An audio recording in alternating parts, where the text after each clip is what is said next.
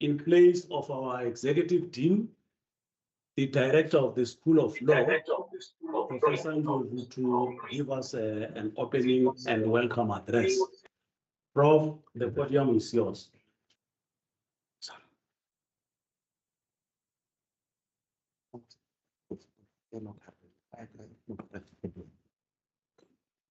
Is Prof with us online?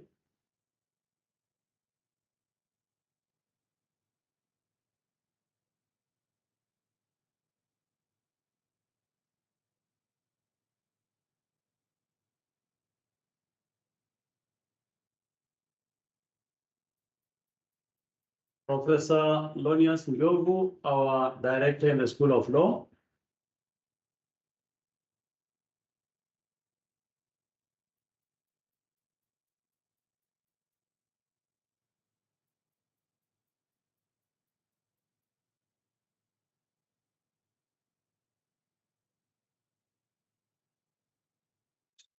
Okay.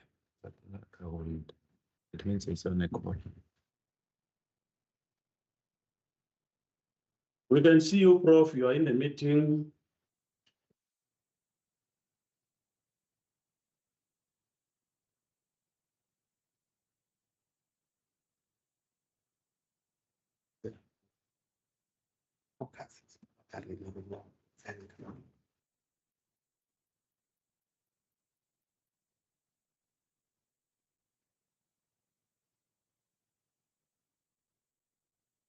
Okay.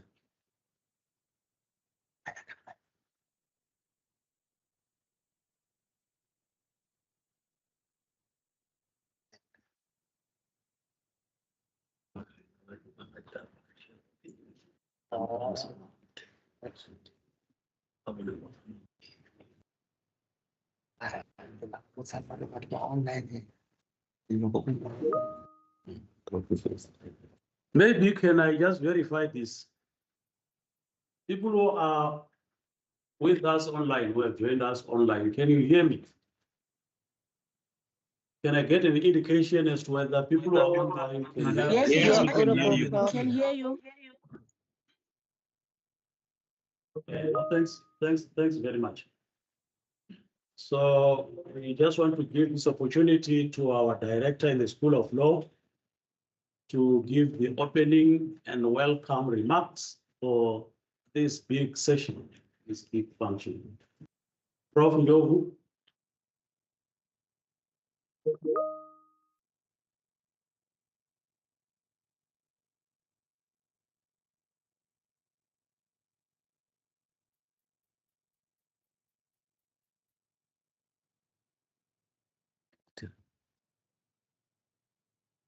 Yeah, we can see you are with us, Prof, and your mic is on, but we can't hear you.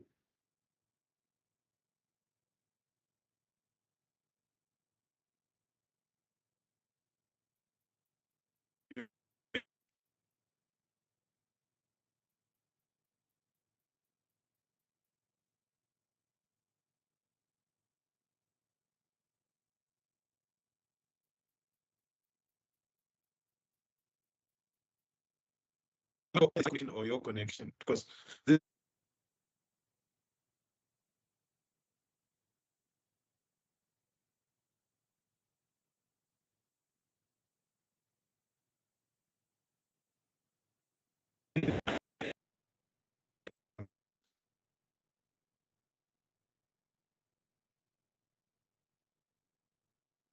Okay, let's see.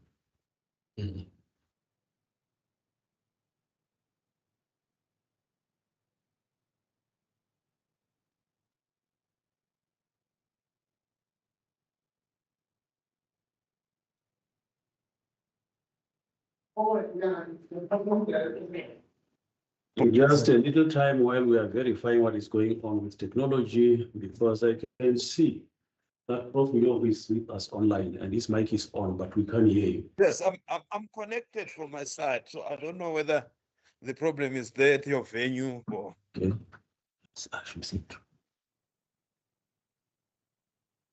no, I'm connected and I'm muted. We we have just decided to put the mic next to the laptop.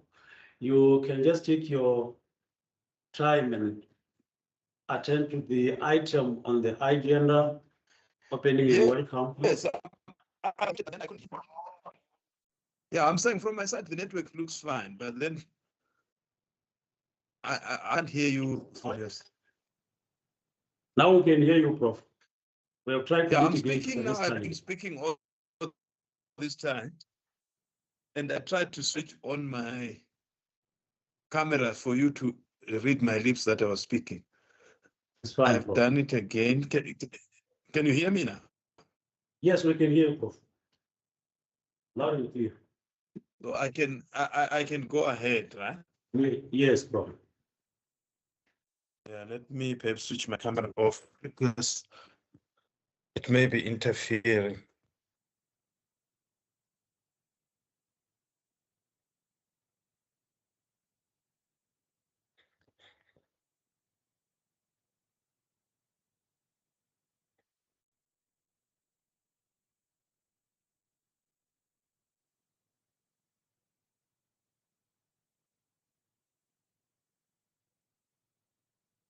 I have changed the venue again just in case.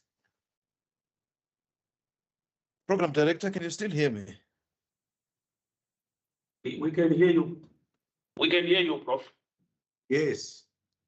All right. No, thank you very much. Sorry, colleagues. I apologize for the technical mishap, but program director, esteemed guests, and esteemed guest speaker, Dr. Nkuna, members of the university and faculty management, specifically Professor Mjedzi and colleagues in the host departments, colleagues, students, and distinguished guests. Good afternoon. It is my honor and privilege to deliver this opening welcome on behalf of our Executive Dean, Professor Kanyane, who is engaged elsewhere on university business and extends his warmest regards and best wishes for the success of today's public lecture. We are gathered here to engage with a topic of national importance and institutional relevance: the efficacy of monitoring and evaluation systems in the South African public sector. The choice of speaker for this occasion could not be more appropriate. Dr. Robin Nkuna brings a rare combination of high-level executive experience, scholarly depth, and sectoral insight. His professional career, which I have gleaned from the attached short bio, spans the leadership at the Department of Communications and Digital Technologies, ICASA, and now the Department of Planning, Monitoring, and Evaluation, positions which make him an authoritative voice on the subject at hand. As the University of Venda, which is a university rooted in engaged scholarship and transformative education, the university is deeply committed to principles of accountability, transparency, and the institutional effectiveness, values that lie at the heart of a functional monitoring and evaluation culture, something directly relevant to what Dr. Nkuna is going to address us on. Coming to our strategic plan as the University of Venda, the strategic plan from 2021 to 2025, it explicitly emphasizes the importance of governance for outstanding scholarship and includes as one of its strategic objectives the development of effective institutional governance and management systems. In doing so, it aligns with the National Development Plan's vision for a capable, accountable, and responsive state. Moreover, within the Faculty of Management, Commerce, and Law, we embrace an ethos of fidelity to the rule of law, ethics, institutional accountability, and socially responsible engagement. These principles underpin our pedagogical and research commitments and are cultivated amongst our students to prepare them as future public sector leaders, administrators, legal practitioners, and policy analysts. Program director, monitoring and evaluation is not a technical ritual or a bureaucratic afterthought. It is a critical enabler of development, learning, transparency, and reform. And it determines whether policies and programs achieve their intended objectives. Also, very importantly, issues around how they impact communities and what corrective measures should be adopted. So institutions like ours must not only theorize about monitoring and evaluation, but must also internalize it within operations.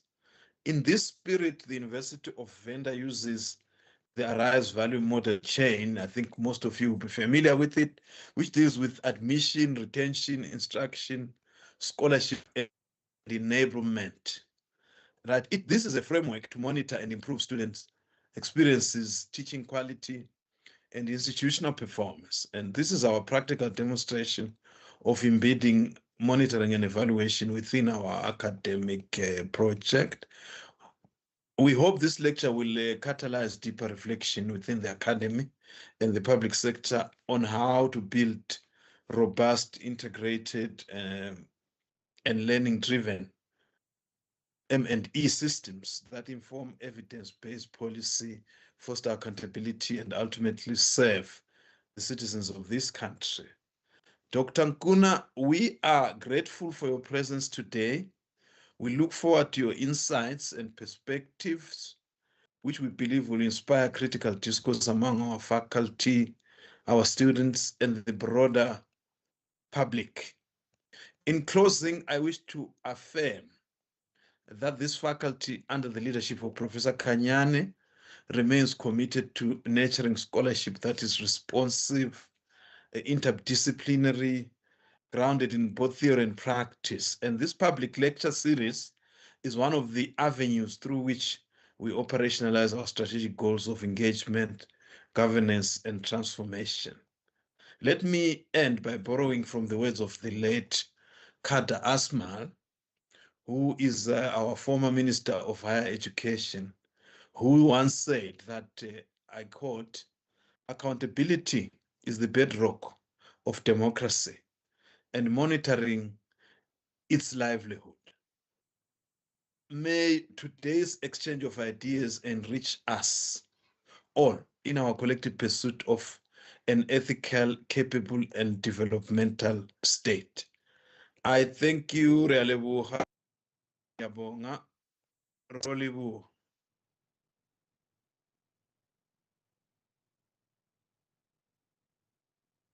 Prof, thanks very much. You have heard the applause from the room to indicate appreciation of the welcoming words that you have given us.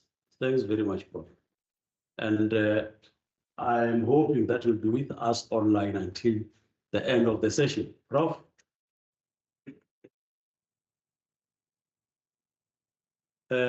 Our second item is going to be rendered by the HOD, Professor Munjezi, who will be giving us the purpose of the lecture. And he's standing in as HOD and chairperson of SAPAM, Limpopo chapter. Prof.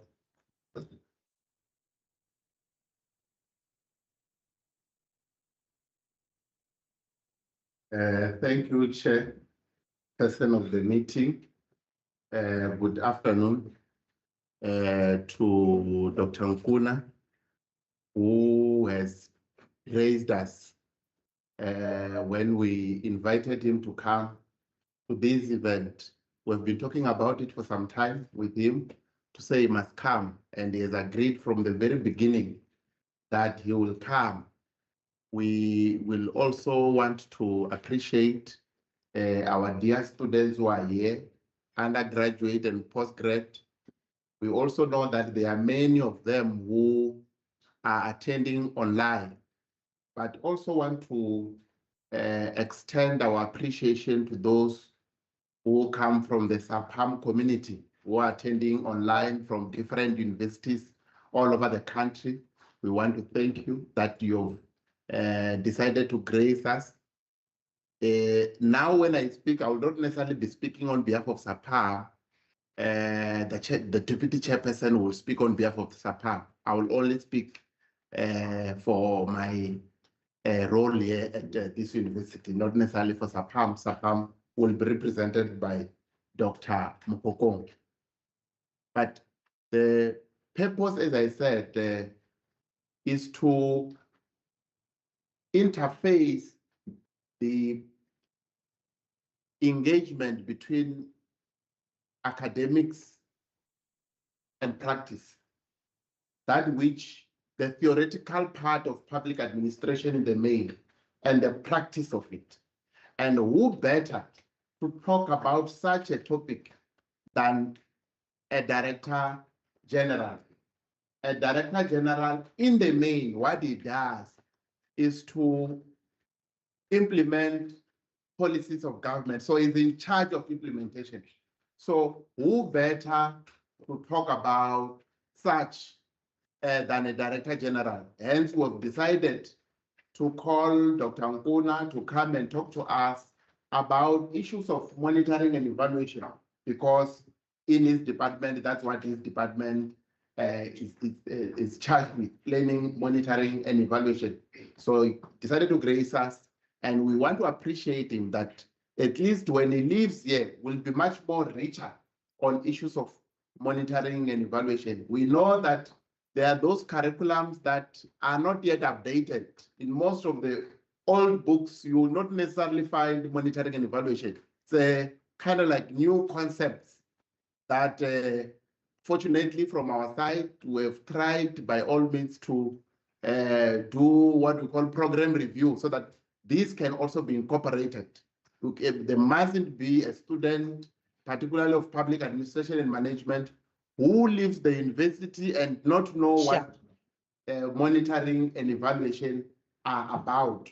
So we want to appreciate Dr. Nkuna, who decided to come and grace us and talk about such important topics. And we want to say that even the students who decided to come, listen, and we are going to give an opportunity at the end, after he has delivered his lecture, to engage him, to ask him questions. Because as a student, as an academic, we might want to know certain things that maybe we are not necessarily privy to. So him as a practitioner who's in the practice in government in charge of policy implementation will then be able to clarify us there and then. So we want to appreciate him, to thank him that he decided to come. And we want to say, let's give him all the respect. And when he talks to us, thank you very much for attending. And I think I'll leave it here. Thank you very much.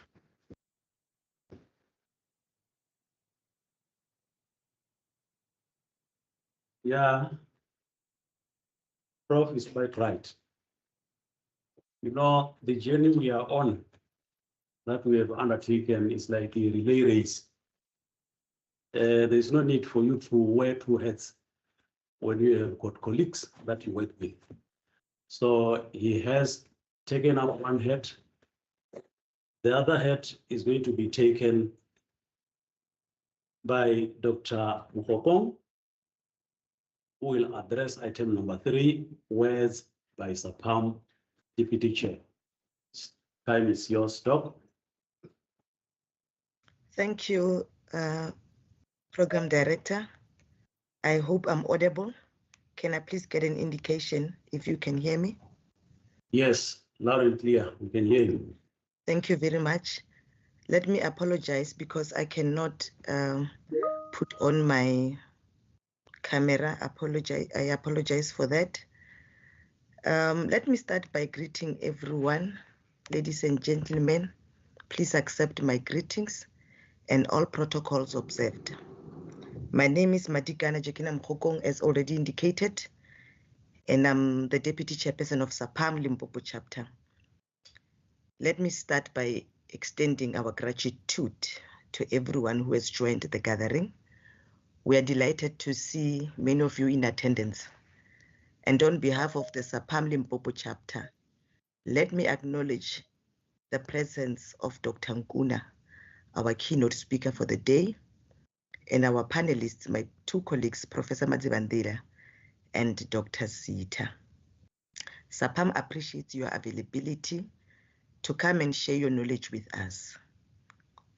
Today's webinar or today's seminar explores and interrogates the efficacy of M&E systems in the South African public sector. Colleagues, you'll agree with me that effective M&E systems contribute to better decision-making and improved service delivery. This topic, therefore, becomes relevant for us gathered here as academics, as students, and practitioners.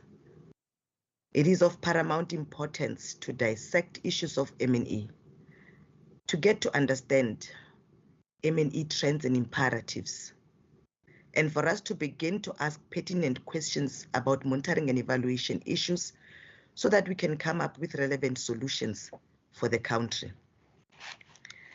The session will provide invaluable insights pertaining to M&E phenomenon and ignite conversations into the discourse.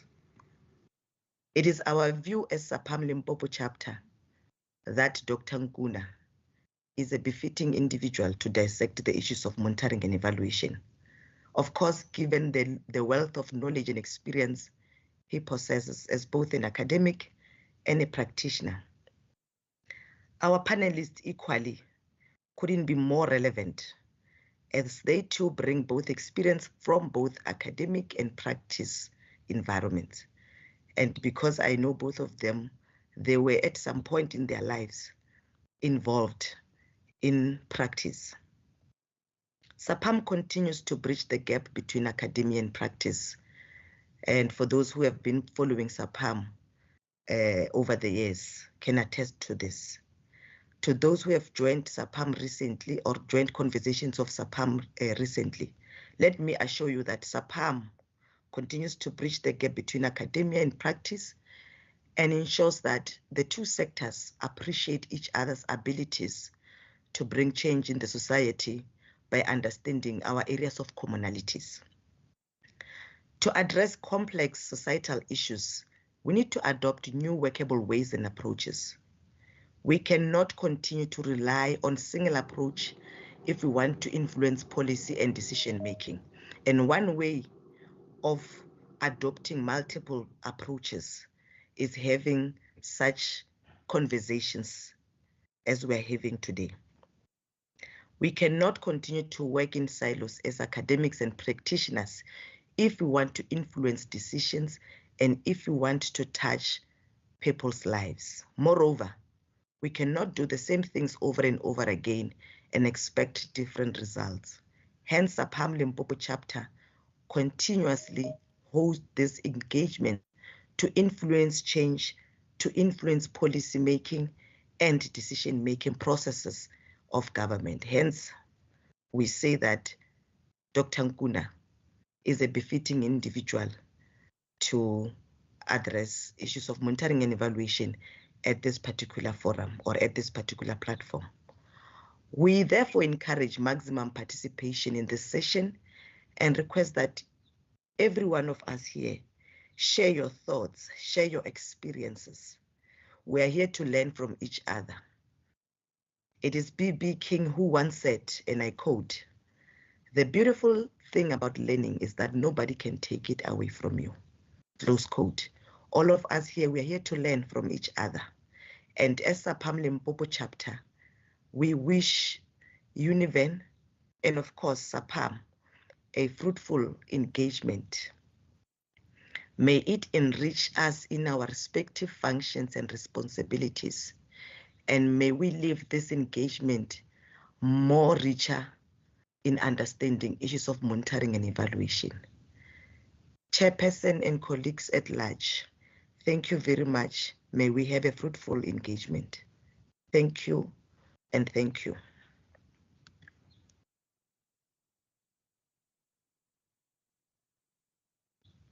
What a nice talk, Doc. Thanks very much for sharing with us on this beautiful day. Maybe for the sake of our students, I'm not sure as to whether they know what SAPAM stands for.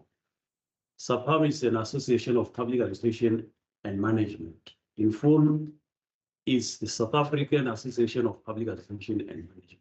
And I hope when we get back to our lectures as colleagues, especially, we will try to show how SAPAM helps us as public admin and management scholars so that our students can be members of this association going forward.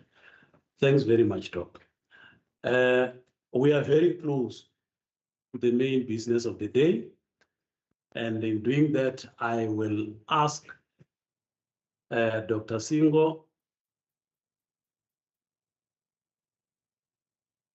I can't see Dr. Singo anymore. So I will ask Dr. Raverani to come and give an introduction on our speaker, to introduce our speaker.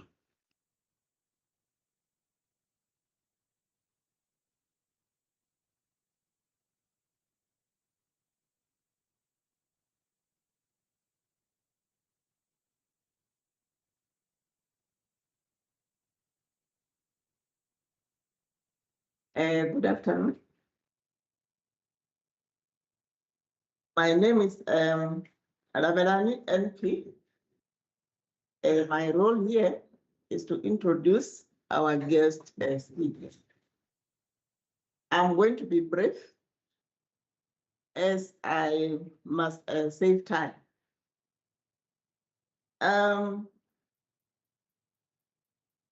Dr. Robert Nkuna is currently the Director General of the Department of Planning, Monitoring and Evaluation.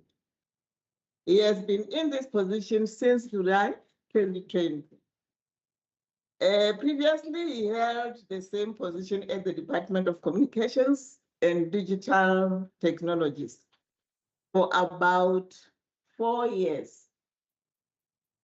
He also served a full term as a counselor at the Communications Regulator, ICASA, where he was involved in the development of various regulations following the introduction of the Electronic Communications Act in 2006. Dr. Nkuna holds a PhD in interdisciplinary studies with a research focus on regulation of network industries. That's electricity, telecommunications, and airports in South Africa from University of Witwatersrand. He holds a master's degree in public development management from the same institution, as well as various graduate certificates in microeconomics and utilities regulation from the University of London.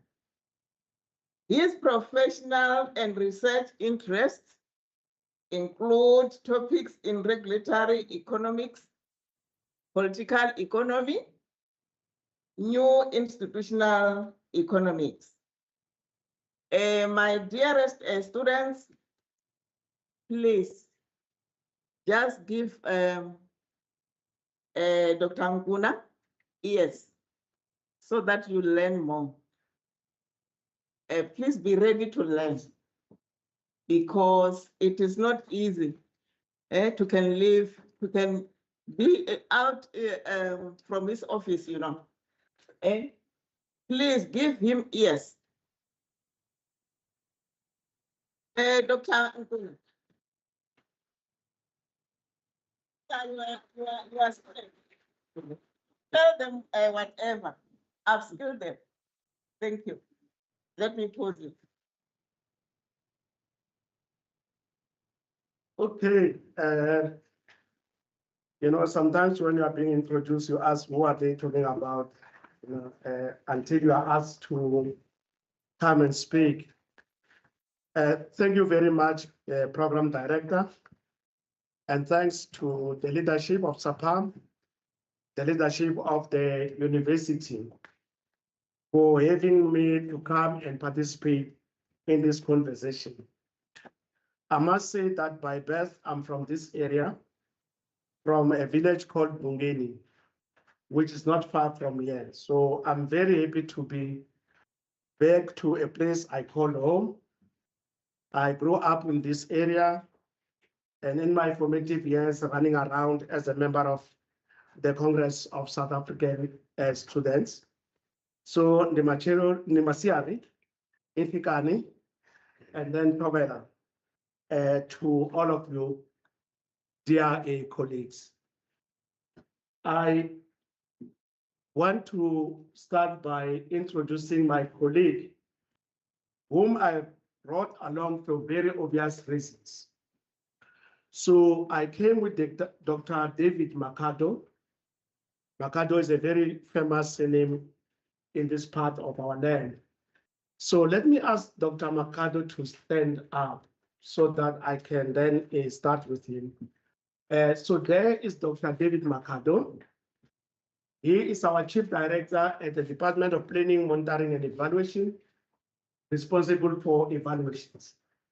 Now, what's important about him is that he started here in this university.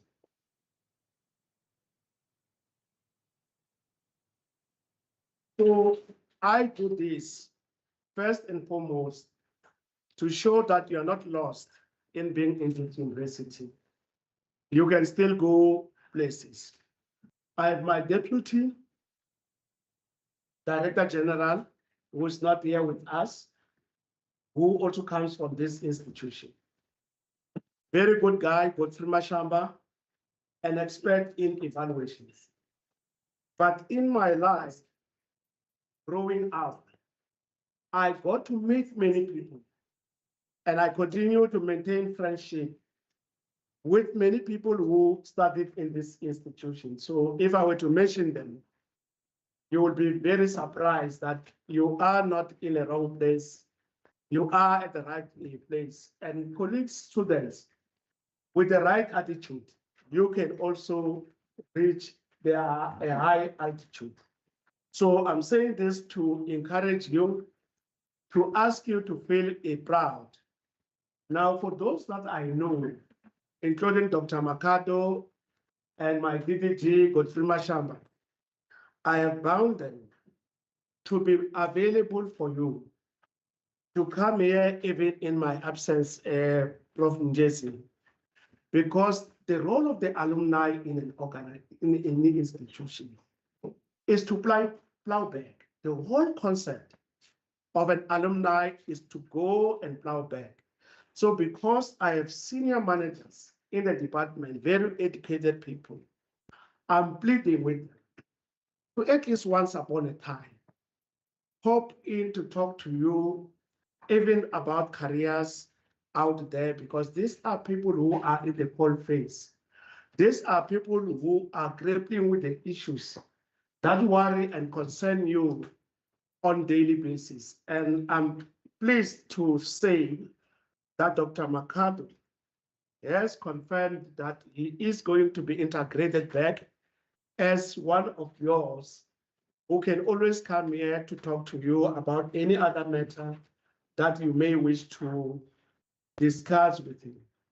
Because it will be remiss of us if we don't go back to where we started, where it all started, simply because we've moved on in our careers, we're big names, and we go and present in cabinet where the president is sitting. So that was just in passing. But another point perhaps is still on that note, is that SAPAM will be hosting a very important event from the 21st to the 24th of September here in Toronto.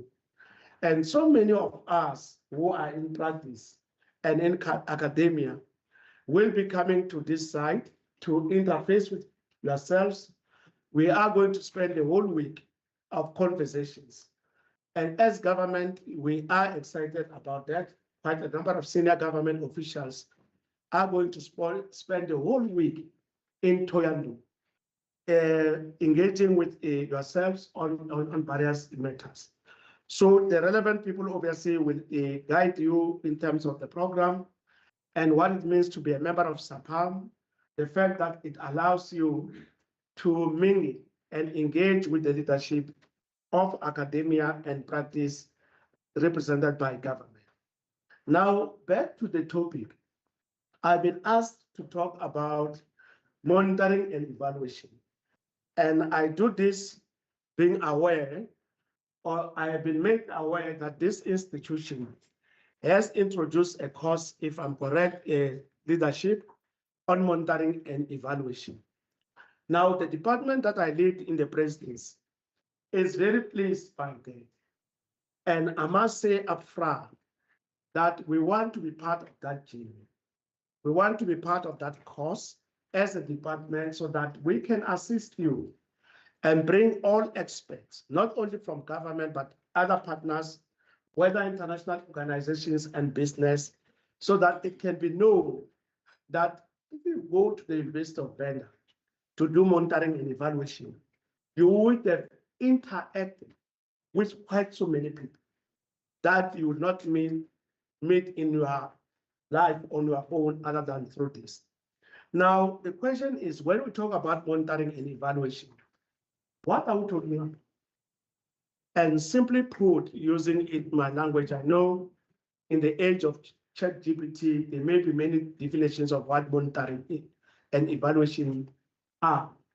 Now, monitoring refers to a continuous assessment of government programs. So when government, and it may be done obviously even at the university level, but also by the companies. All what it means is that when we're planning or implementing programs, we have to continuously assess whether the project is moving towards meeting the objectives. Now, alongside monitoring is evaluation. Evaluation and monitoring are hand in glove. And usually we use evaluations where we want to go into some depth on a particular matter to assess whether results are being realized in the implementation of the programs, say the programs of government. So these two are very important in the implementation of government programs. We have to monitor, we have to evaluate government programs. Now, when you talk about evaluation, most of the time, all of us think that we evaluate when the program has been implemented. But our experience tells us that you also need to evaluate before, during, and after. So we don't only evaluate at the end, we evaluate even at the beginning or even during the implementation of programs. Now, I've indicated that on a good day, many of us believe that we start with monitoring and then do evaluation. Others argue that we can start with evaluation and do monitoring.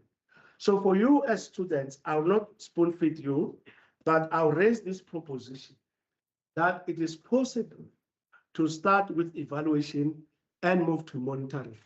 Because once you have evaluated a program and find course correction, what needs to be done to correct whatever problem, you still need to go into monitoring.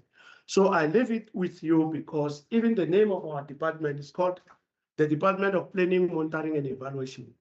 And I always say to people that it will not be wrong to even call it the Department of Monitoring, Evaluation and Planning, or Monitoring, Planning and Evaluation. So we must always think of planning, monitoring and evaluation as complex, constituting a complex system, meaning that you can start from any direction. Now, the question is that why do we monitor and evaluate government programs in particular? What we have seen, colleagues, is this. Some of the best ideas that we clap for at the stadium when the president or the leadership speak don't always deliver results. So popular programs of government are not guaranteed to give us the results that we want. So the first something is nice that we are going to have nationalization, beneficiation, and we all clap. That will not give you results. So that's problem number one that we encounter with government programs.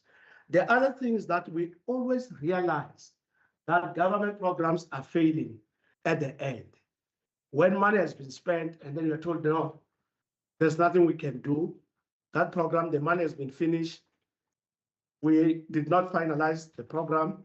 So we need to do a monitoring and evaluation to deal with it. But the other thing that I pose here is that when we speak at a stadium and have a good address, the problem in government is that we always make assumptions that if we do this, this will happen, that will happen, and that's not always the case.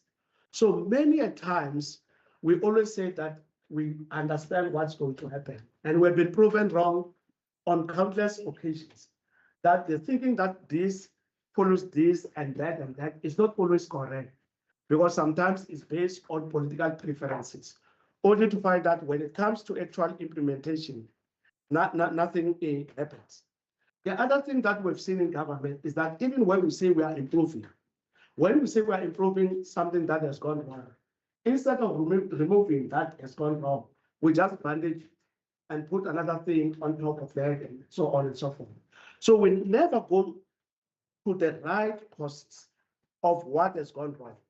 Then we also have a problem of misalignment and overlaps in government, where you find that in the implementation of programs of government, there are many state entities at play, and each one is doing whatever it wants to do. So that always causes the problem. Now, what are we going to do if that is the case, that we all encounter those kind of problems? What are we going to do? Two things are needed if you are to implement monitoring and evaluation in an environment where failure has become common. One of those is to have a plan. Government must have a plan so that we work on the basis of the plan. But what is clear is that having a plan is still not enough. You may have a plan only to find that the institutions that must implement a plan are not structured to win. So you find that there are good plans. Many people are saying that South Africa has good plans, but the results are not forthcoming. What could be the reason? How do we explain the fact that we can say that we have good plans, but then those plans are not always giving us the kind of results that we want? One of the issues that we need to grapple with is what I call institutions.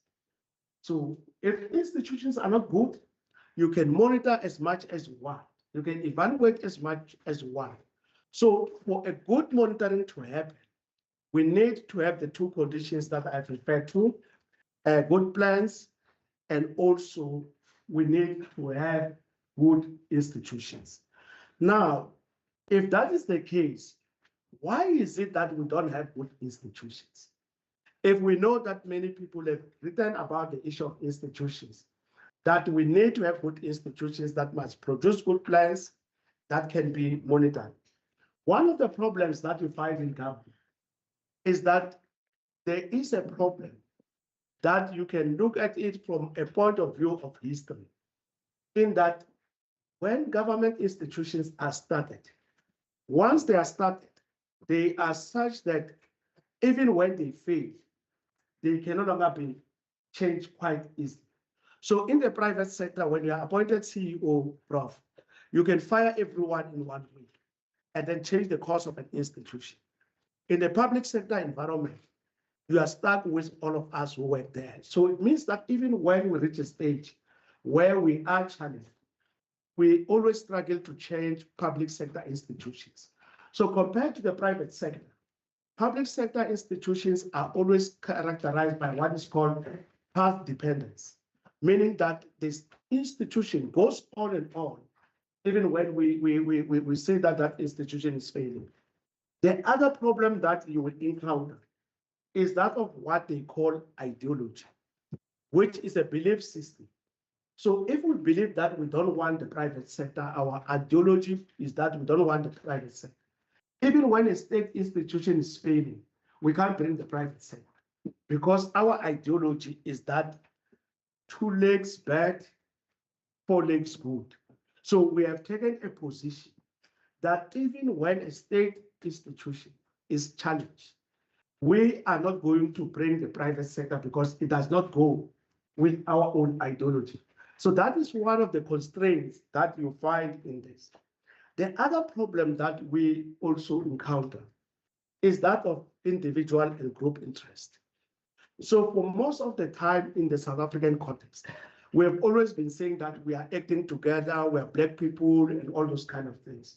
But what we have seen is that there are those amongst us who are acting for another group or for their own individual interests. And this is not always factored in because we live in denial that there are those amongst us who act for their own interests. Then also the informal rules that characterize the things that we do.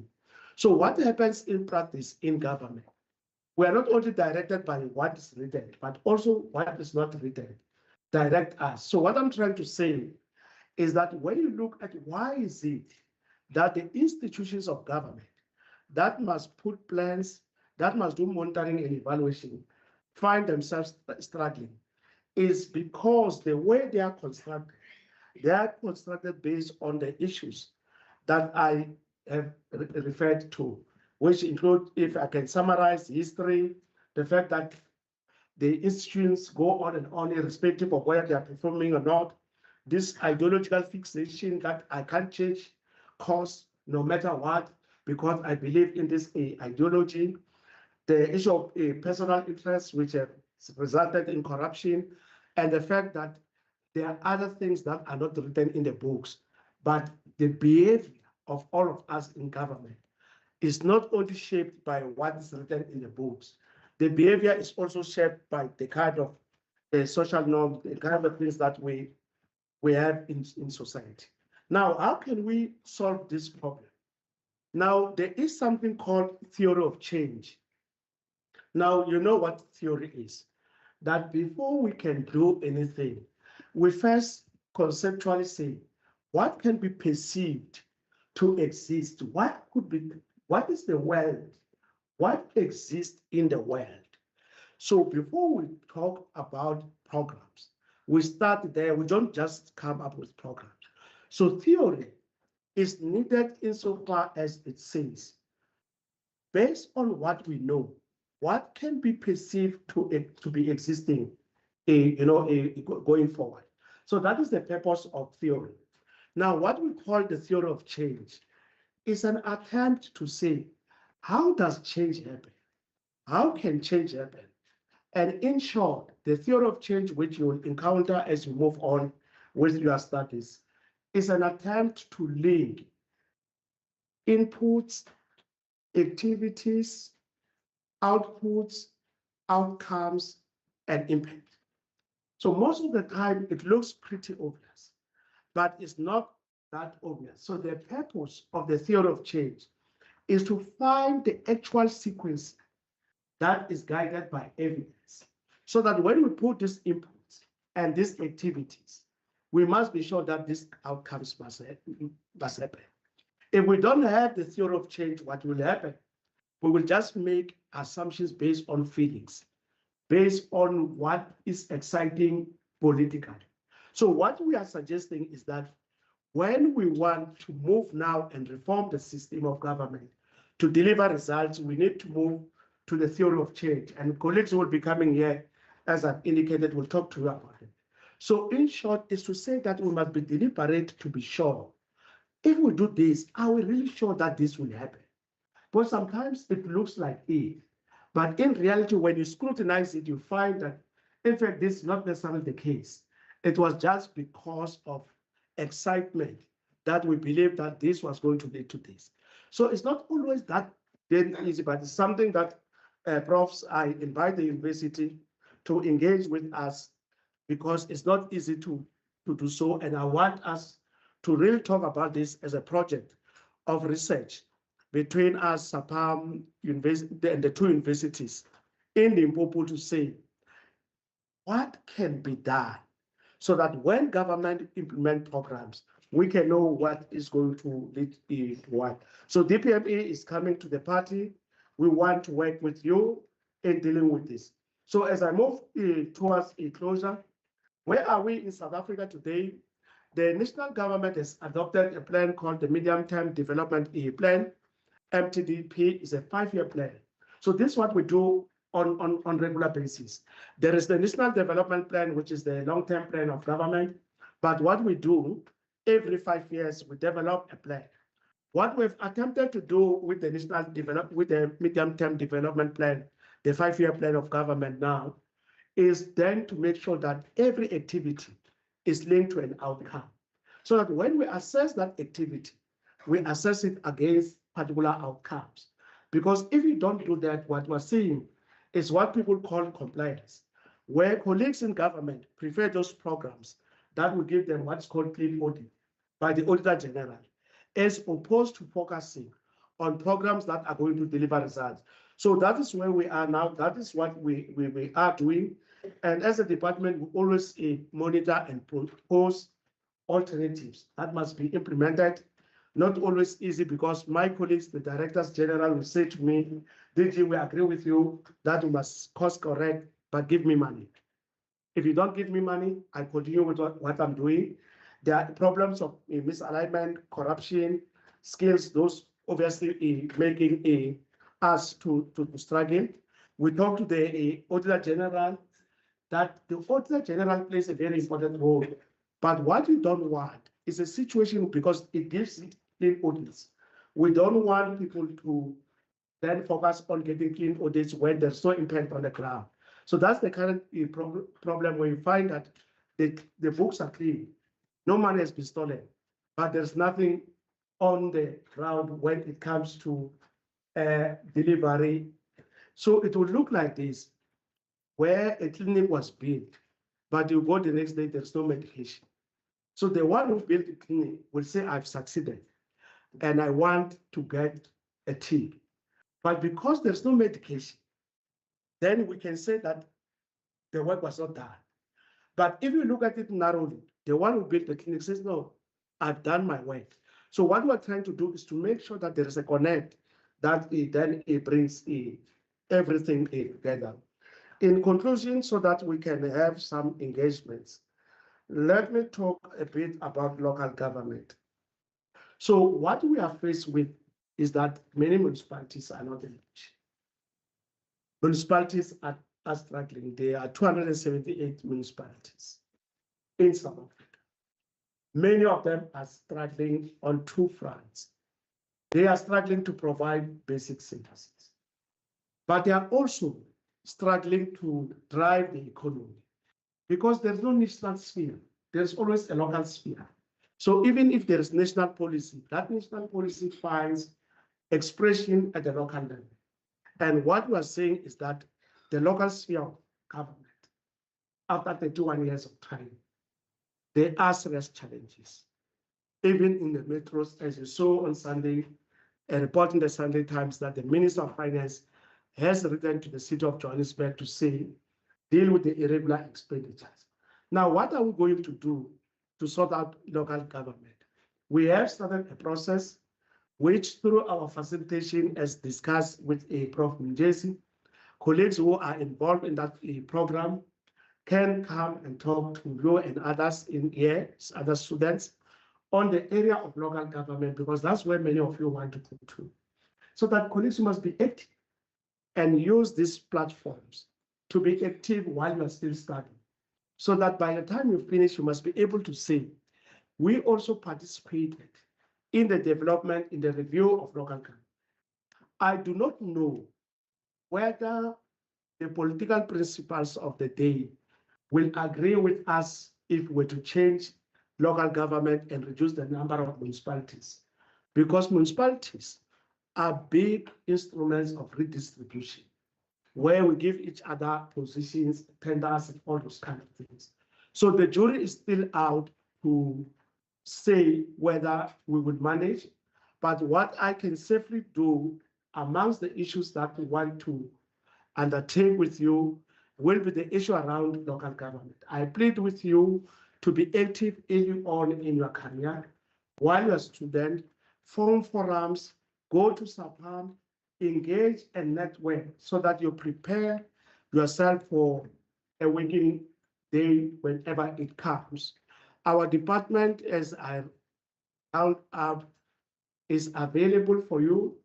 What I've attempted to do was to give some highlights of what is happening within the state, but my colleagues, when they visit you with the facilitation of the leadership of the faculty and the department, will go into some details on very specific issues.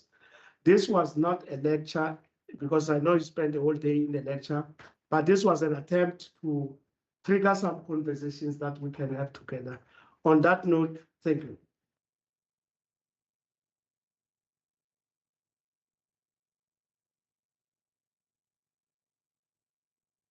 Thinking that when you conclude, you will give him a standing ovation.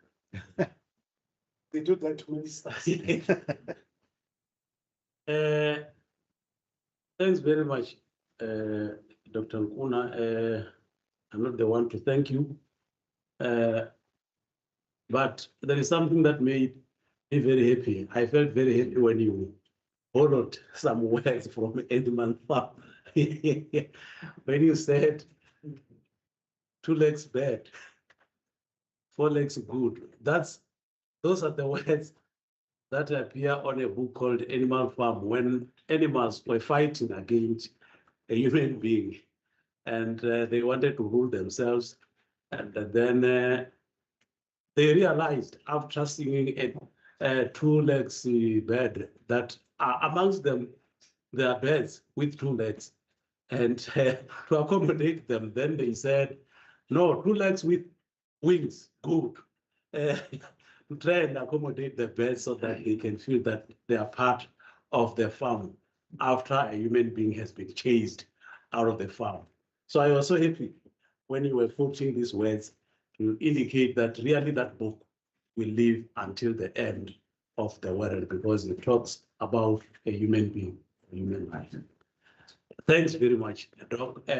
Now, with these words, I was paving a way for our discussion, and we will start with the one in the room, and then after he has then said his piece, we will then request Professor Matsibandira to follow. We are starting with Dr. Zita.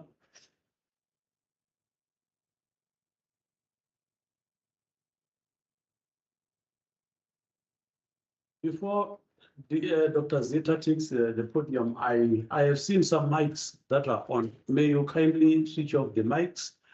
If your mic is red, please just press the button so it turns, I don't know which color, it turns to clear, whatever, at the bottom where you press, so that it doesn't disturb us, because we will give you an opportunity to talk and turn it on when you have that opportunity. Thanks. Well, it's not a crime to clap hands for me for the second time. On any commission of inquiry to investigate you for clapping hands for me. But colleagues, it's very, very much important that when we've got a guest of this stature and nature, we have a way, a culture of appreciating. And I will invite you, let us give Dr. Nkuna a standing ovation. A standing ovation, we all stand up and we clap hands of appreciation.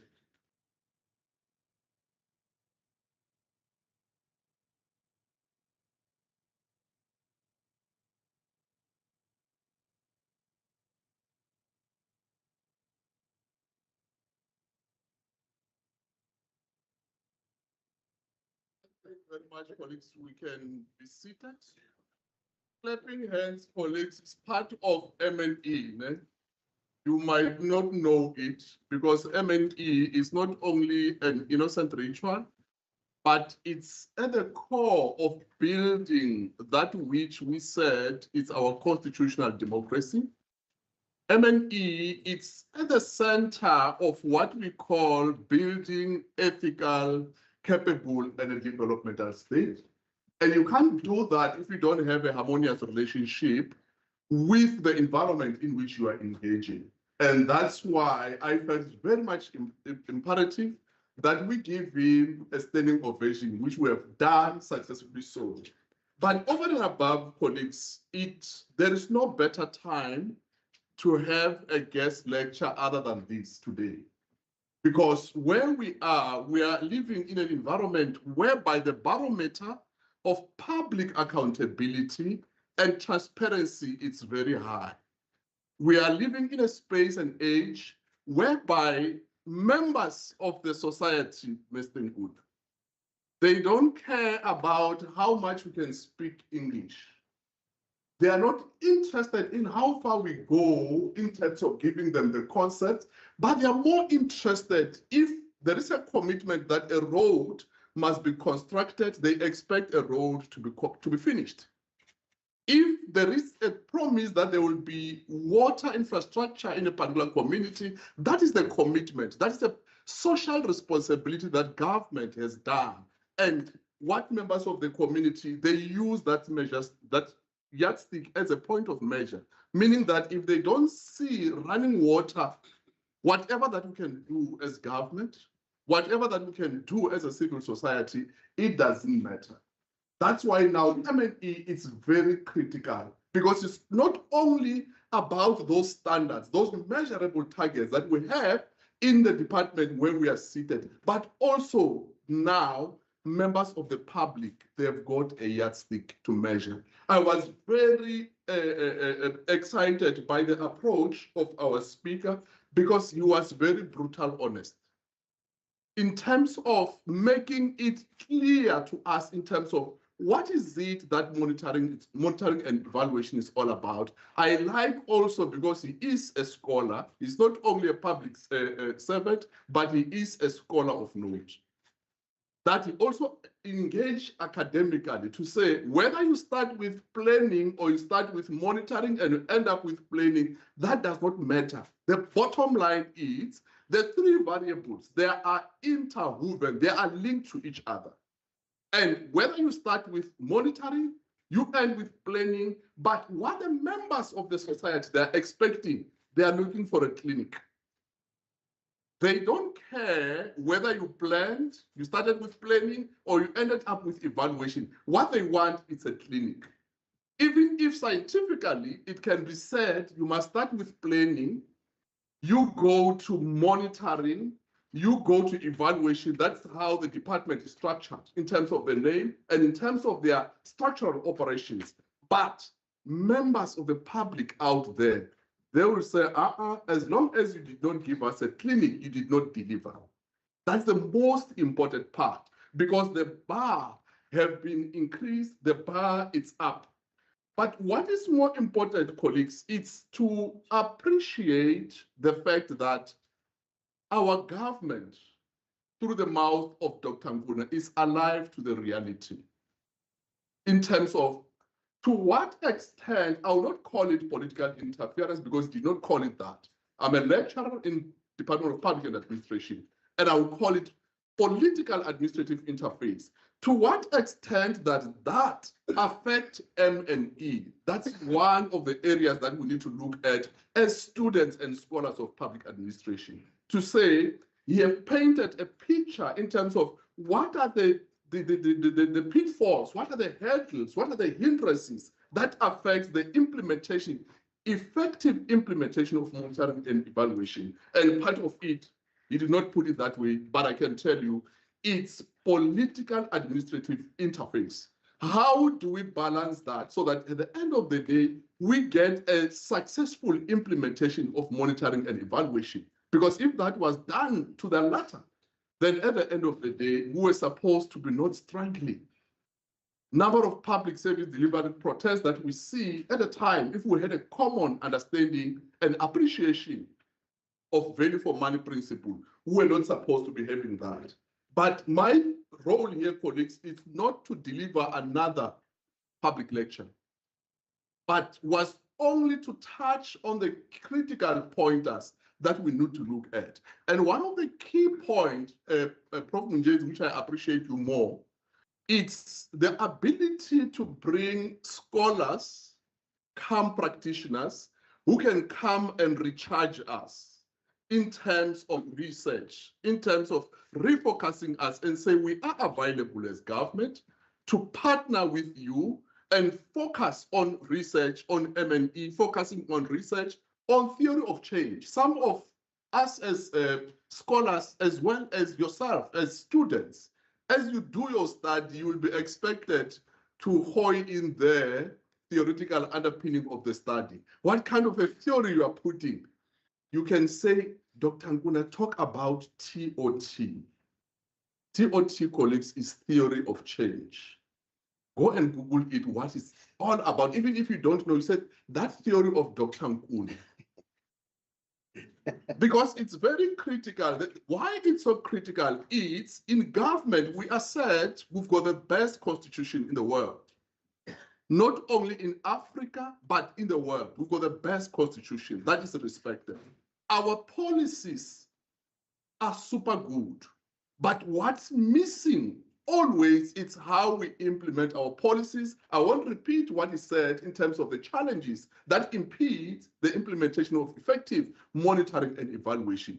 And for that to happen, Dr. Nkuna, you were spot on. Theory of change, which to me, it's a reality check. It's a mirror, which we're not fooling ourselves. We'll say we have moved that far from 1994. But now we are here. What are the pitfalls? And he said critical pointers that, for me, they are very key, colleagues, about ideology fixation. By now, you can tell the ideology and the rigidity that we wanted to put for the past 30 years did not help us. Hence, today, there is a call for a public dialogue.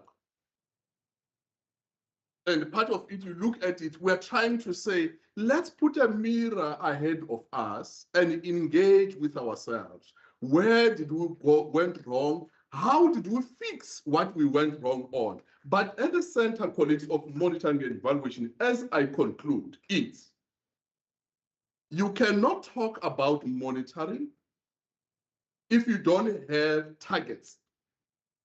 You cannot talk about evaluation if your targets are not measurable.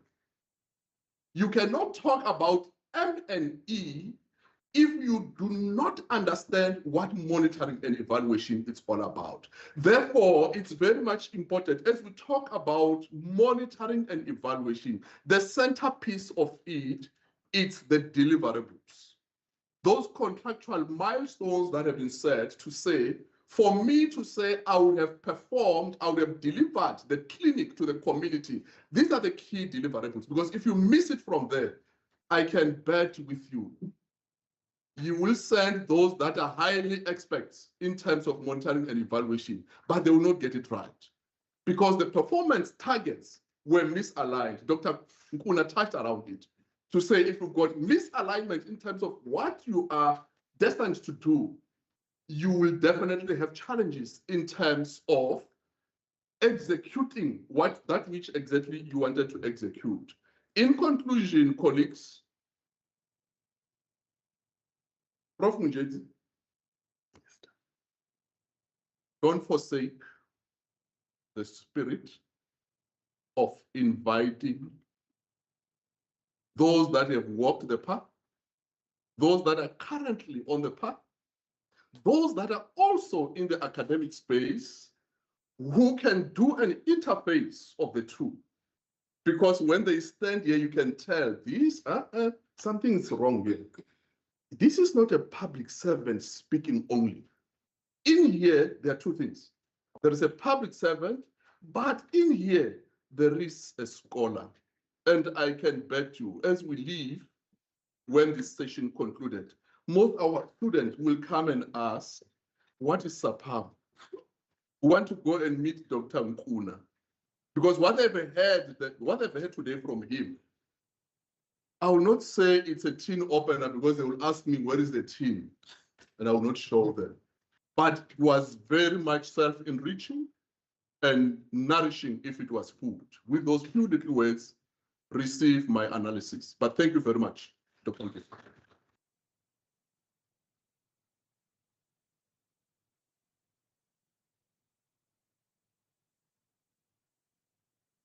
Thanks so much, Dr. Zita. I am a program director. I'm not here to give speeches. I will call our second discussant, who will be joining us online, Professor Madziwandila from the University of Limpopo. It's your time, Prof. Thank you. Just want to confirm if you can hear me well. Yes, we can hear you, Prof. Thank you. I think I will say all protocols observed so that we don't waste time, but I would like to appreciate Prof. Munjezi for organizing this and also appreciate Dr. Nguna for coming to share with us some of the main issues around effectiveness of M&E in South African public sector.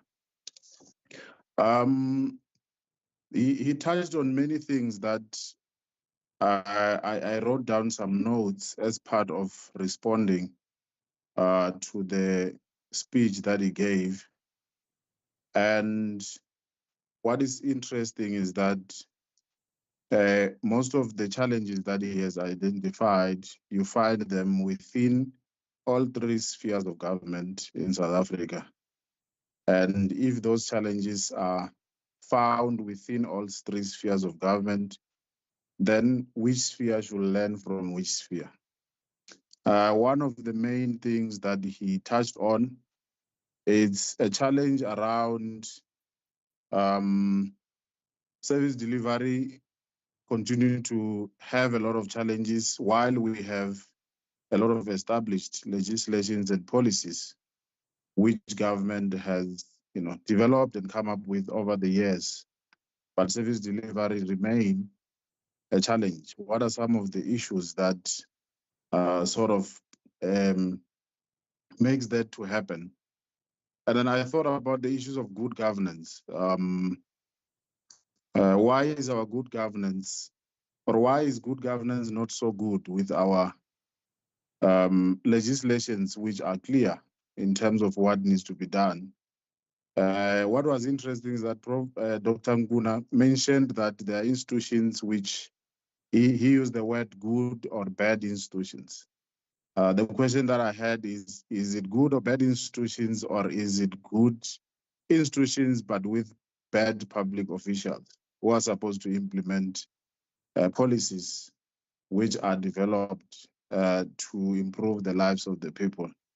The other thing which was important is the issue of compliance. Dr. Nguna mentioned the issue of compliance, or what we can call textbook compliance, vis-a-vis the real implementation or evidence of implementation to improve service delivery. So you find that the municipality, there are some municipalities where you can say they got a clean audit in the past 5 years.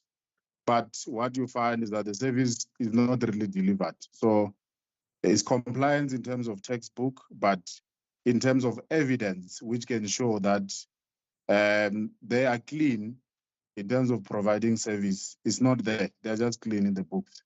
And what you find is that most of the resources which the national and provincial government would have provided to such municipalities are not visible. And the money ends up sent back to Treasury. The other issue that I think is important is the issue of around capacity constraints within different spheres of government. We have a high labor force in government, but it seems like there are limited skills in terms of implementation of policies which are there. Maybe Dr. Nguna can just highlight in terms of overemphasis on policy guidelines, which sometimes limits innovation.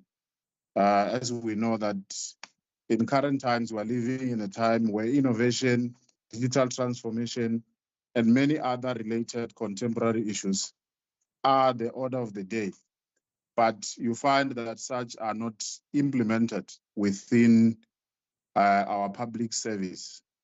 What does Doctor think about the interface between digital transformation and innovation, especially when it comes to the process of M&E, because M&E, as he had said, that you need to have targets. How does innovation and digital transformation feature on that? Looking at some of the stringent policies and legislations when it comes to implementation of delivering services. I also thought about the issue of public participation in the whole process of delivering services, and also public participation in terms of monitoring and evaluation of those services.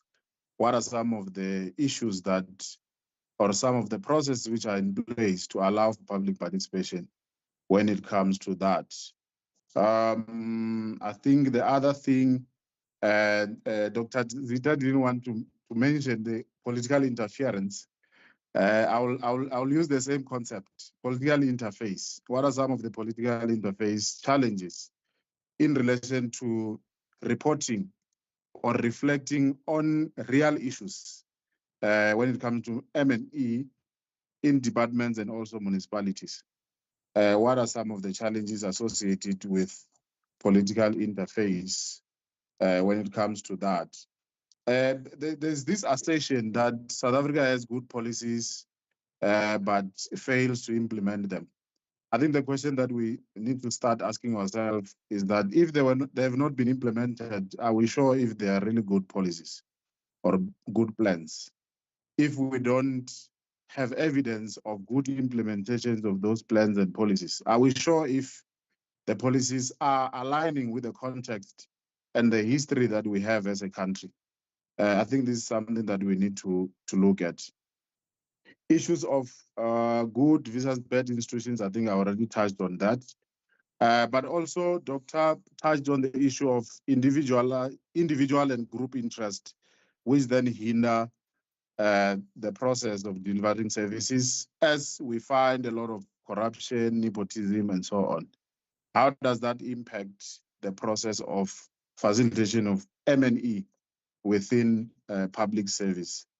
I also want to ask Doctor about the issue of meritocracy, if he thinks it's something that can be implemented in the country, of course, looking at the history of the country, its political stances, and so on. Is it something that we can think about? Countries such as Singapore have implemented that, and we have seen that they have improved a lot in terms of services that they provide to their people. The other aspect is the issue of willingness. How much is government and public officials willing to implement the theory of change? Doug talked about theory of change. Is there a political and administrative willingness when it comes to implementation of theory of change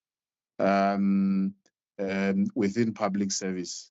The other thing, second last thing, is the gospel of evidence-based planning. We have heard about that a lot, but the question is there a commitment towards that? When we meet public officials as academics, there's that expression that, yeah, now we are doing evidence-based planning. But when you interact and check to the processes which are being implemented, you realize that they seldom consider the evidence that you would have provided to them. Doc can also maybe look at the issue of IGR, intergovernmental relations, where you find that the implementation of some projects and programs within the same space is not aligning between the provincial departments, national departments, and local government. Where you find a school is finished, is ready to operate, but Department of Water Affairs was not considered, so the school doesn't have water.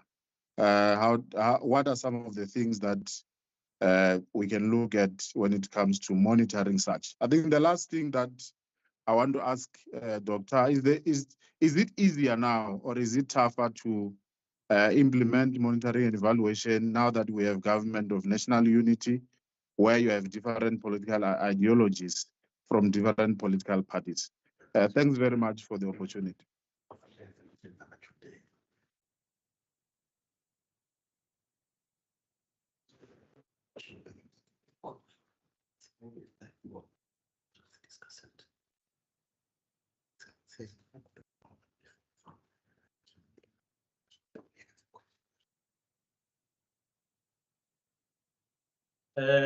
Thanks very much, Prof.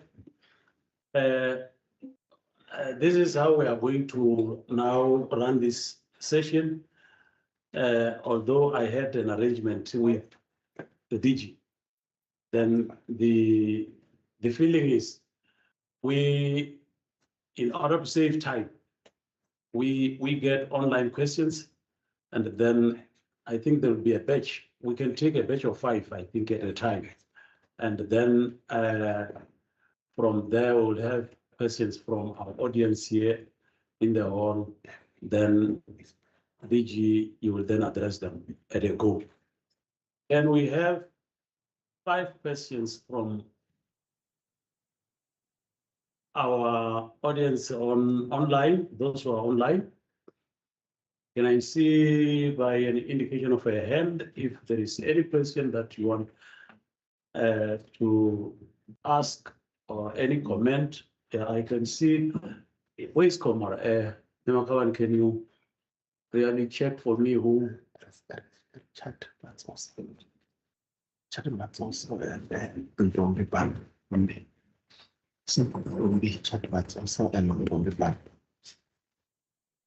Okay, can we have Richard and Ntombi in that order?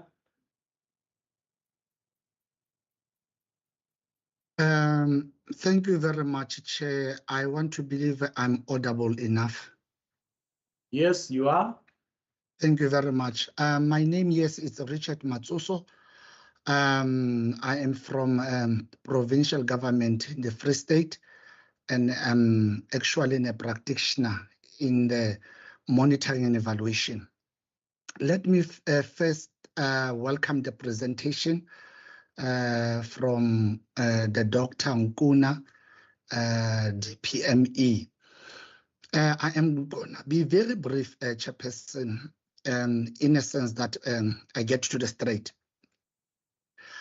I think there's a disjuncture into the contemporary issues regarding the status quo of the studies at the higher learning institutions with what is actually taking place into the work environment.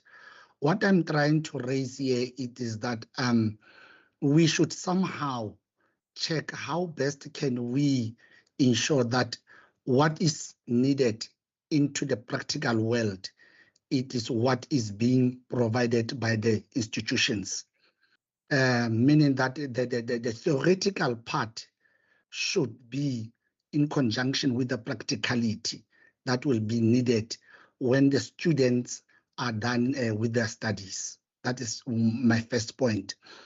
And then the second issue that I would like to raise, Chairperson, it is with regard to the E part, the evaluation, whereby currently our public sector, it's good.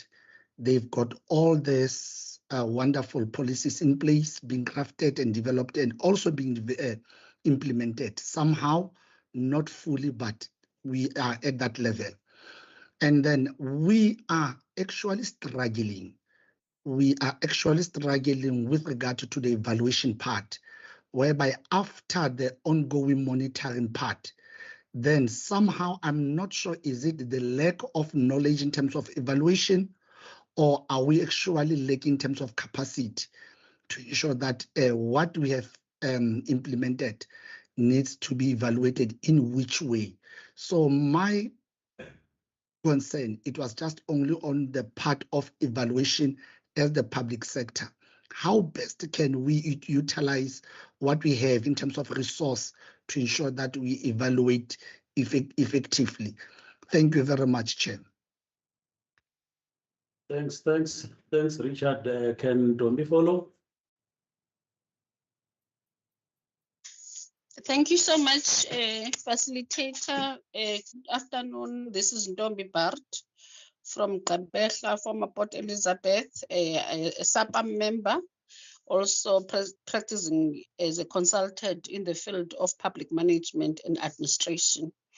In appreciating the presentation from Dr. Nkuna, I would like to make some reflections because government departments in particular are required to provide an end of term report, which DPME has outlined the guidelines thereof.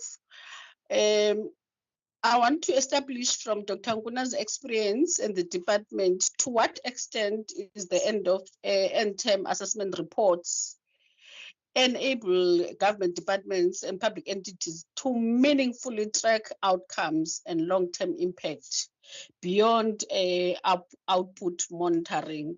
Yes, they are useful, but one has not yet established to what extent the usefulness of them.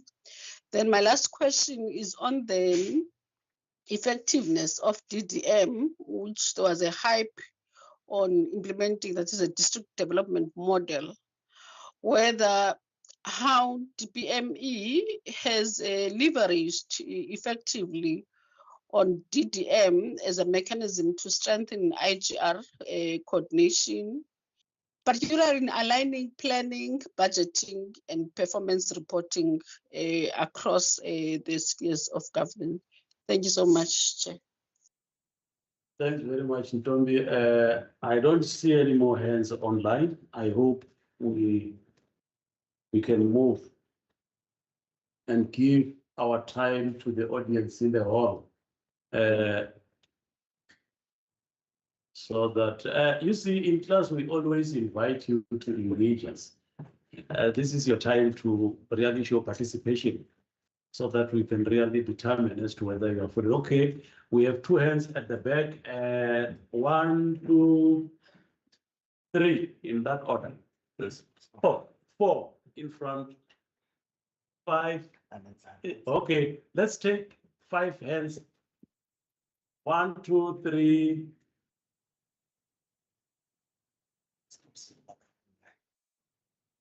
Now I'm confused. You can take 5.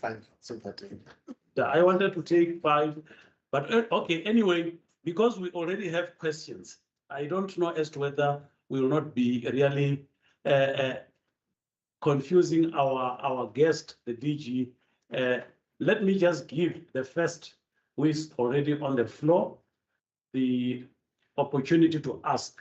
Then we give the DG time to answer those questions because even the discussants had issues that they have raised. So then we will then give an opportunity to those other hands. Is that okay? Okay, thank you.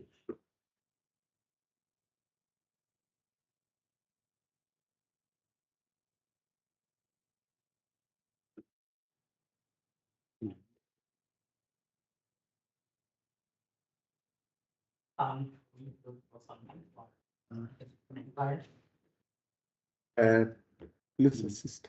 I think it's working.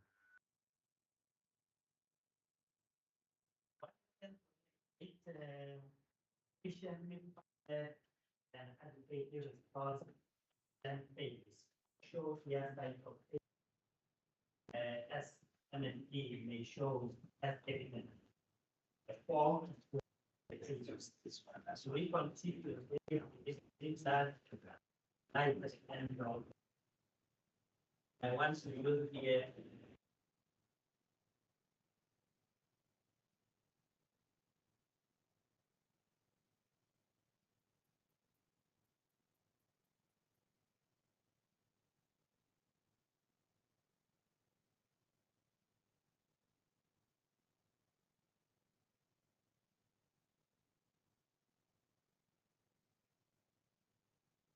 And those experts maybe have indicated that may not happen, simply just going up.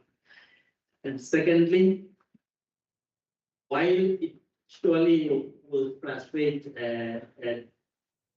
Nku, practicing that space of M&E.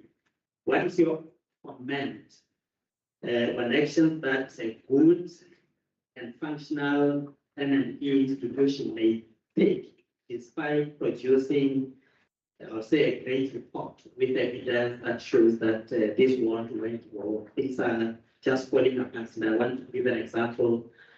Company Mall next door was maybe built in 5 years as a schedule. And you look at public roads, a public school, or a public hospital of the extent of Company Mall, it may not be completed in 20 years. We'll run out of funds, we'll get funds somewhere, and we'll need another 10 years, and we'll still find that it remains incomplete.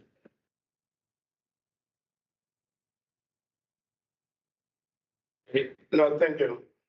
I will deal with the questions as I attempt to also set a research agenda for us as a partnership, so that it's not a ending here. Some of the things that have been said. Now, good M&E fail if there is no clear pathway of course correction. And colleagues from the provinces, local and national, will share the same frustration that the things that we're dealing with are already known to all of us. But I think where we are weak is then what, once we have identified those problems. And when I was with the colleagues in the Premier's office, I think early this year or last year, late last year, these were the things that we're grappling with, to say that as people will do monitoring and evaluation, do uncover this and explain to the principals on what is happening. Government still does not have, in my view, a very strong cost corrective measure. It ends up in a situation whereby those who do monitoring and evaluation look like they are repeating and stating the obvious. So I would say that we need to strengthen cost correction. And one of the ways that we're thinking of doing that is to include this in the performance management of people.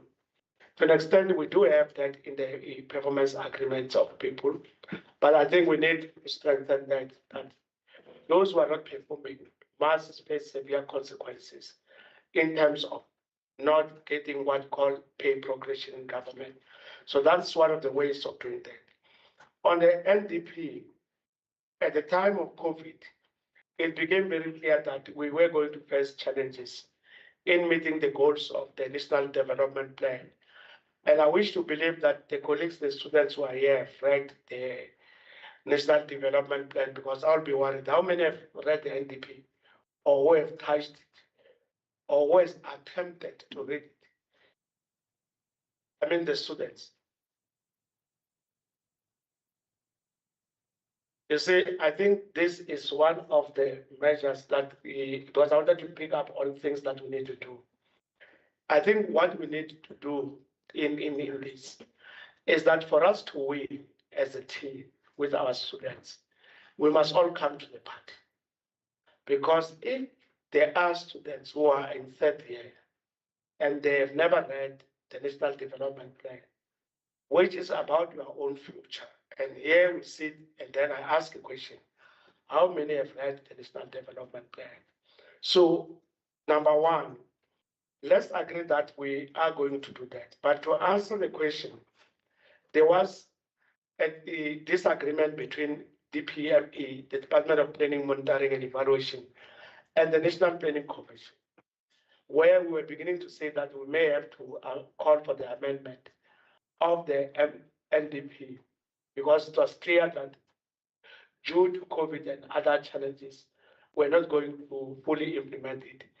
The National Planning Commission took a different view and argued that no, the failure to implement was the reason.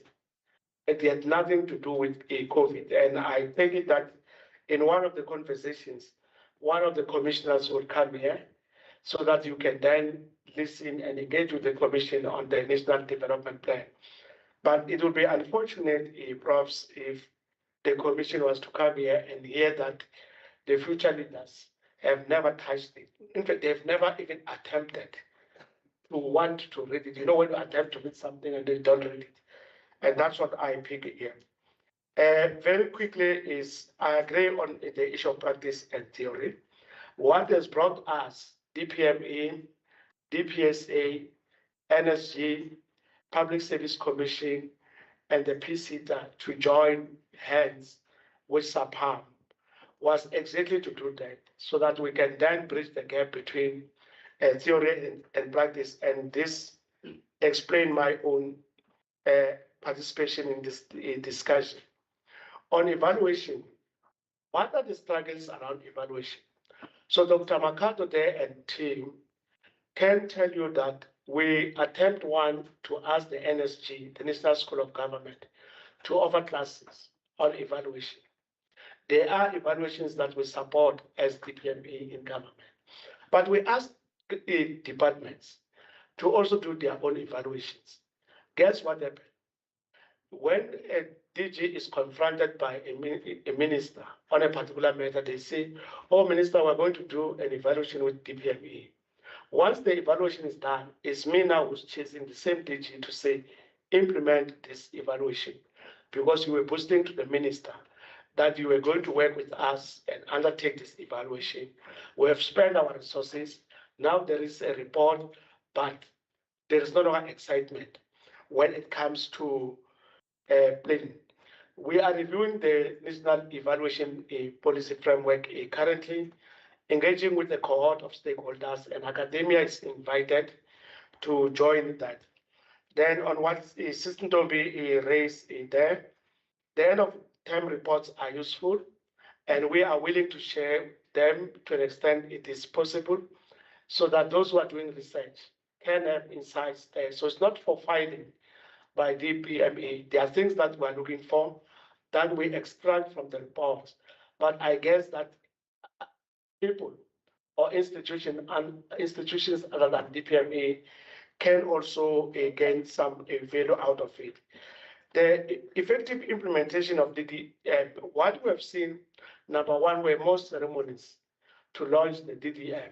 There were no specific programs of action for the specific areas, the 52 areas that constitute the district development model. What we have seen now, we are working with the Department of Cooperative Governance to ensure that all the champions have clear programs and report on the DDM. Simultaneously, the president is finalizing the agreements with the ministers so that they can also include the DDM. Aligning planning and reporting is obviously a matter that we are seized with, but the issue with the Auditor General is that if we don't align well, departments want to get clean audit as opposed to meeting a performance targets. Listen to this one. In government, when you do what you are supposed to do, you get a score of 3.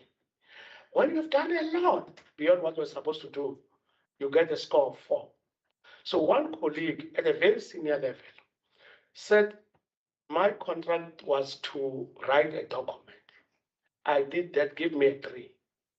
But because that document went to cabinet, I want a 4. Because when contracting, I never said the document will go to cabinet. So because it went to cabinet, then I want a 4. So you can see that is very much malicious kind of thinking. The political admin interface is twofold. The one thing that one is saying is that the political admin interface in East Asia and in South Africa have been very different. In East Asia, they talked about embedded bureaucracy. So the people who were running the state were trusted. The DGs or whatever they were called there were very trusted. The other part of it was that they were allowed to do an experiment without being worried about a letter of suspension on your image. So the historical developmental states put more emphasis on the role of the bureaucracy. But my own observation is that compared to South Africa is more top heavy. than a bureaucracy. The political system leads everything or most of the things, if I can be concise. So the different sets of developmental states are there. The East Asians chose to say, we will rely on the people that we are appointing. We will believe on them. We will trust them. Why am I making it an issue? Is that in South Africa, the municipal managers and DGs are employed for 5 years. Everywhere else in the world, they are permanent secretaries because everyone appreciates that you can't run an administration and deliver results within 5 years. But the fact that South Africa has opted for a system that, as we see, DGs live at 5 years. But when you look at other countries, even the developmental states, they focus on the bureaucracy and they kept their bureaucracy. They trusted them, they allowed them to do what they were supposed to do.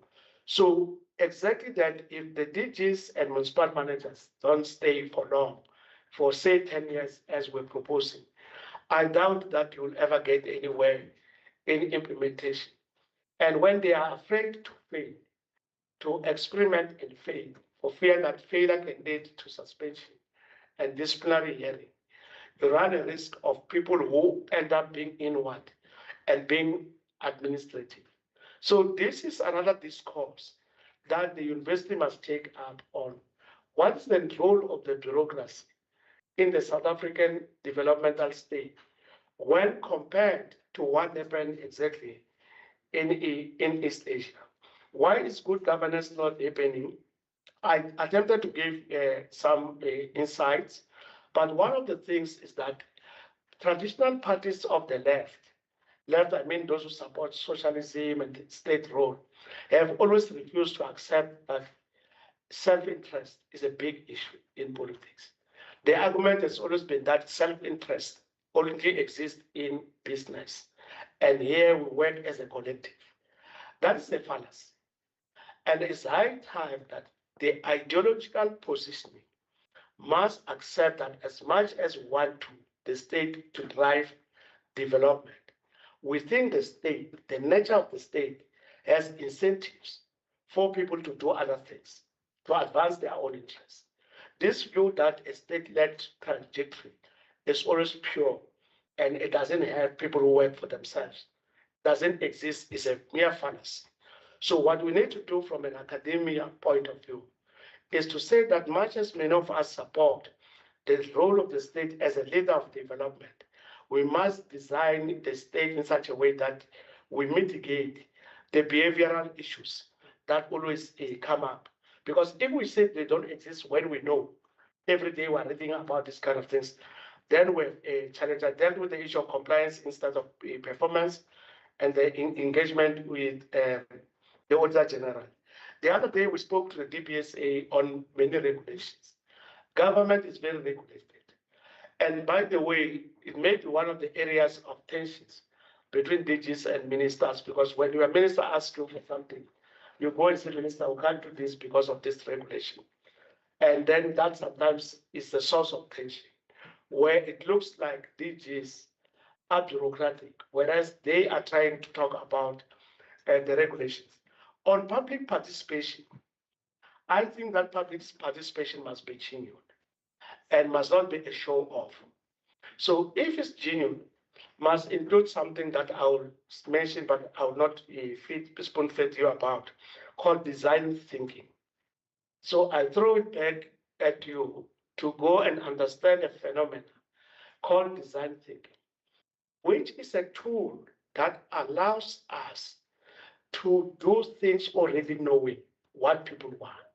Now, in a liberation movement context, that can be a bit difficult because the liberation movement may believe that it knows what the people want. You know, we stand for our people. But I think the reality must work differently. You must still go to those people and do in-depth reasoning and assessment of what they actually need and want, and not rely on the strength of the fact that we come from the liberation movement. That on meritocracy, we need it, but let's debate it as follows. Meritocracy must add other elements like character. Because if we reduce it to qualifications, we're going to have a problem. If it ends up with many people, there are many people with many PhDs, but very difficult, bad news in government. So I will caution against our understanding of meritocracy as being limited to the number of degrees that one has, to say that it should also be a test of character. So the Chinese have a concept of selection before election. So when you select first, it's because when you elect or appoint, you already know that anyone that you appoint is appointable because you have done through that. So it's something that we need to do that. I'm rounding up, Chair. Evidence. Are we really committed to evidence?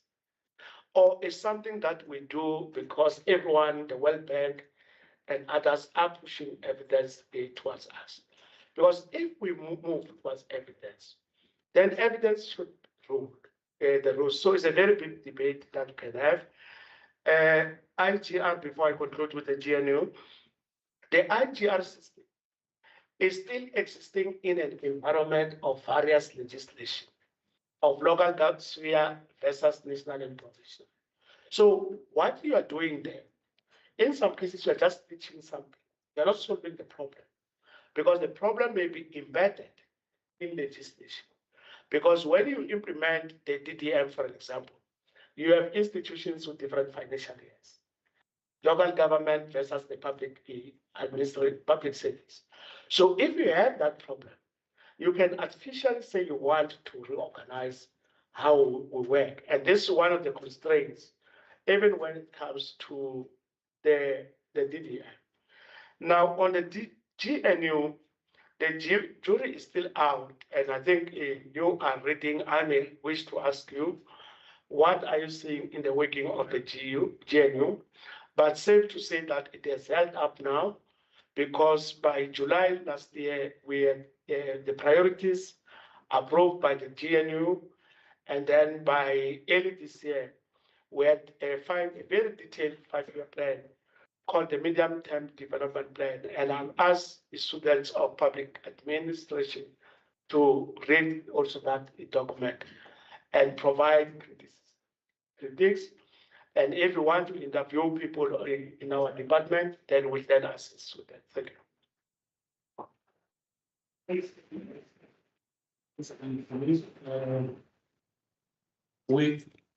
We are going to have our second round of questions, and I will request for now only those whose hands were up so that we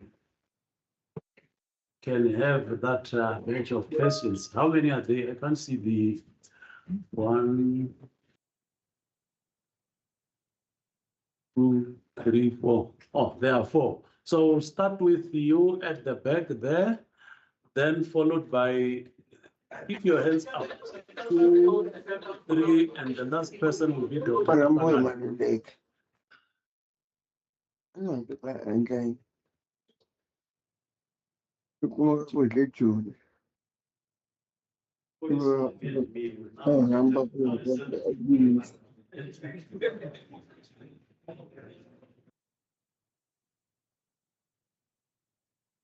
Greetings, everyone.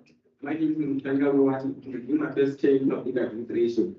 I want to know when the Islamela municipality implement projects, when they start asking which projects we must implement, because since we have elected the councillor, we have never seen them coming back to ask which problem we have and what we can agree about your problems. And also, I have never seen the equality between the rural area, towns, and cities. Most of the projects that are implemented by Tramela municipality are focusing on the towns and cities. When you say the rural areas, many rural areas are lacking health services, schools, and also things like water resources. I see this skill of change cannot be implemented at the Sulamela municipality because of the nepotism. You find that the people that are working at Sulamela municipality, their same surnames are friends and they cannot expose each other. If there is corruption, they cannot expose each other, which means the corruption will consume and consume. And also in terms of the unemployment in South Africa, I see all of those projects that maybe Ramaphosa and some people that are coming in are not helping in terms of unemployment. Why I'm talking this?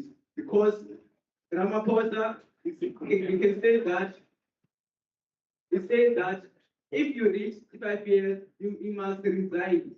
But we see there is 490 jobs at the National House of Assembly and the National Council of Province.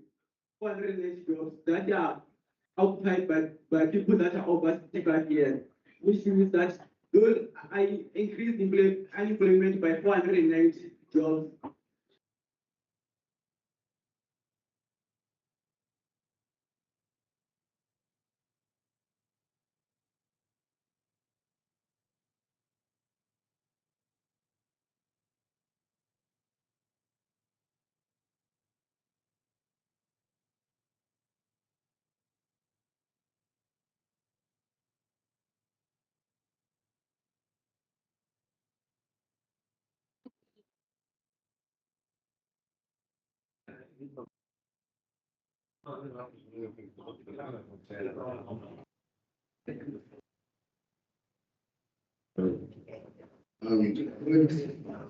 Good day, everyone, and Let's be quiet, good please. day, everyone. First and foremost, I would like to thank you for giving me this opportunity to express myself in my past exposure. First of all, us as students, I'm hearing so many talks about the government and everything else. First and foremost, us as students, our government is the actual university of Ghana. And my question is then, why does the university keep implementing these incompetent services like service providers? First of all, there's Wi-Fi problems off campus. I'm not sure if anyone else here lives off campus, but there are Wi-Fi problems off campus. And I'm not sure if there's someone doing something about it, but it's been a very long time since people were complaining about Wi-Fi problems. And also, there are also water problems on campus. I don't know why, Mara, since the recess, there are female residents and male residents who don't have water. And also, our very own security there at ECOG. I don't know what happened for them to decide to use. That's pretty much the situation.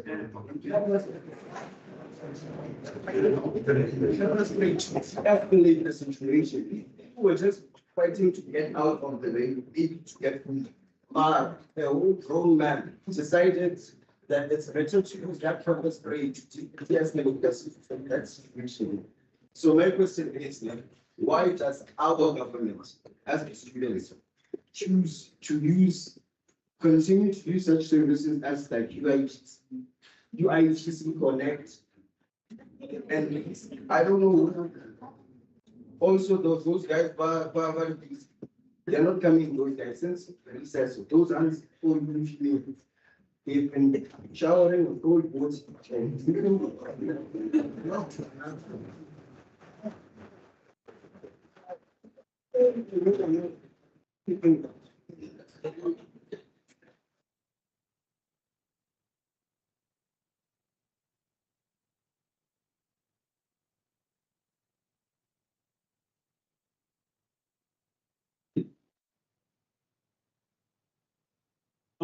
you very much.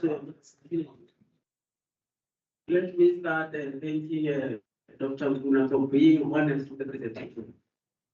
This is dedicated to my students because from our standing point, we are reimagining the abnormal being because of the issues that we come across, for instance, corruption, maladministration, and other issues. So my question is, as I heard Dr. Nkuna saying, there must be reduction of municipalities. So my question is, reducing those municipalities will still give us the proper service or quality service delivery?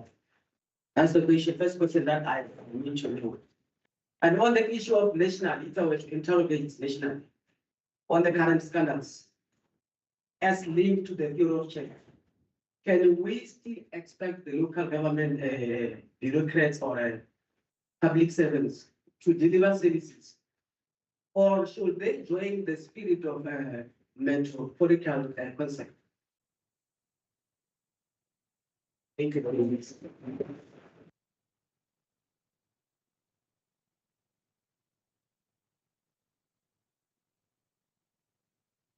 Okay, thank you. Firstly, just to appreciate Dr. Nkuna for a wonderful presentation. My question is simple. There have been, over the few years, or even historically, a revision of the M&E language, both in academia, but also in practice. We know concepts such as meal to try and introduce the learning element. And I know specifically within your department, you prefer using what we call MEA, monitoring, evaluation, and impact assessment. So those two things, and I appreciate that you said this in passing, that there is a contradiction between monitoring for compliance, but against monitoring for impact, right? So my question to you is that even though theoretically the government has appreciated this and they want to monitor for impact, how can we, as scholarship, through our research studies and all of those things, contribute to this monitoring of impact? And I'm saying this because one of our biggest strengths and our core business is research, but we don't see much of that being incorporated into the wider programmatic M&E work of government, in all spheres. We've done many researches on municipalities, provincial government, national government, even parliamentary work, but we don't see that being incorporated into the monitoring evaluation work of government. So what specific role can we play in that regards? Thank you.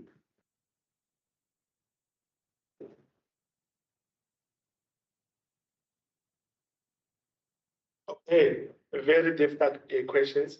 So what we'll do, colleagues, in lieu of time, I will ask a Deputy Director General online, Godfrey Mashamba. Earlier on, I indicated that one of yours who has passed through this university is the one who is leading on evaluations for the whole country.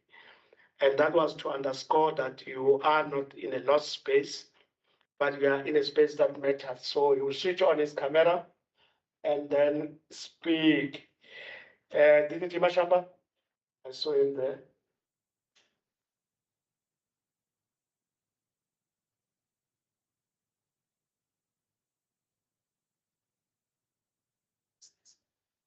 Yeah.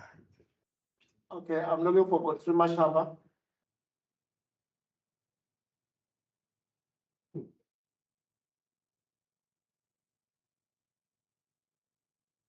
Okay. It's not there. Okay. Now I thought it was online. I would have asked him to deal with the issues raised. I think let me just round up the issues with a focus on the question of research agenda. It has been our proposal as the PME that on annual basis, colleagues, I've been saying this thing to you, that we know that when students want to undertake research on difficult topics, the professors say, please don't go and interview a minister. Don't do any research about ministers, because in your lifetime, you may end up not having met one to just say, nah. So just do with your friends so that you can pass through that. This issue has been a concern, and I went to raise it at SAPA that let's talk so that we figure out how we can assist you. Because I know even at the place, many of my colleagues are asked to be interviewed, and they don't avail themselves. Even when in public, they will say, come on, come on. So I will raise this matter again in September to say, how do we build a common research agenda where we can share things that we believe are burning platforms from where we sit as the state, and even share data and some of the reports that we may have. So I commit that we will do so from our side. Some of the research areas that are coming up from what I was beginning to say are things that we throw around like theory of change, but we need to go deeper to really stretch it out and understand what it means in practice. Things like design thinking and then outcomes also. We need to talk about the outcomes-based government. What does it mean? And how do we have an outcomes-based government in an environment that is ideologically very strong, where thinking and preferences are very strong and positions are very strong. I mean, that we ended up with the post office being taken into business rescue was unprecedented because the problems that happened at the post office were not problems that just emerged, but they had been long coming. But we could not do anything to affect it or even to close the post office much earlier. So I would suggest that let's go meet in September. Let's identify the issues and research areas that we wish to pursue. And then again, if Dinichi Godfrey is online, he can raise his hand, but if it's not online, then it's fine with us. So colleagues, we are with you. We will see you in September. And I hope that we'll have an opportunity to speak again to the students on the work of government. So on that note, thank you to everyone for inviting.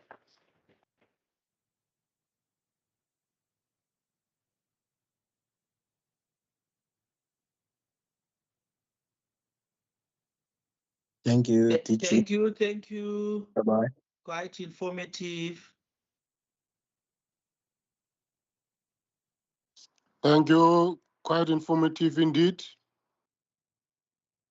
Ladies and gentlemen, we are very close to concluding. To conclude our lecture, and in the absence of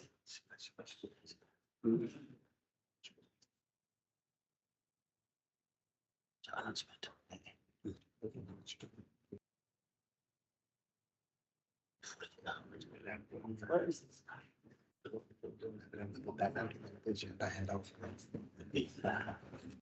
Before we go to our last item, but anyway, what I should say before I even call the next person to come and render one item is to really apologize that we cannot really exhaust everything. We cannot have all the time to really exhaust everything. So what we have done is enough for today. And we are very much thankful for your patience even before we started and up to where we are currently. Now we are going to request or to ask Dr. Ravelani to come and render one item before we go to our last item on the agenda. If we were in church, I was going to say, let's get a very hot chorus while we are waiting for Dr. Ravelani to come and render this item. I hope she's finalizing the logistics around this item so that we can come and and really render the item. But we have had a very good day. Some of us have cancelled classes, and I can see our students here. I'm very delighted. Some of our students have also participated in this session, and that is really very, very good. Dr. Reverend, I think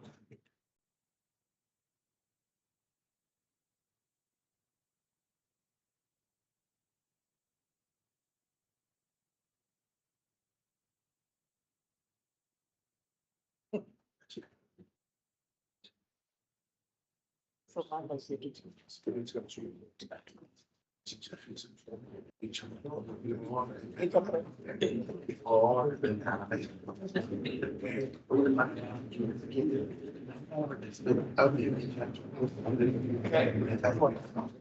want to slide to insist that you could because I want to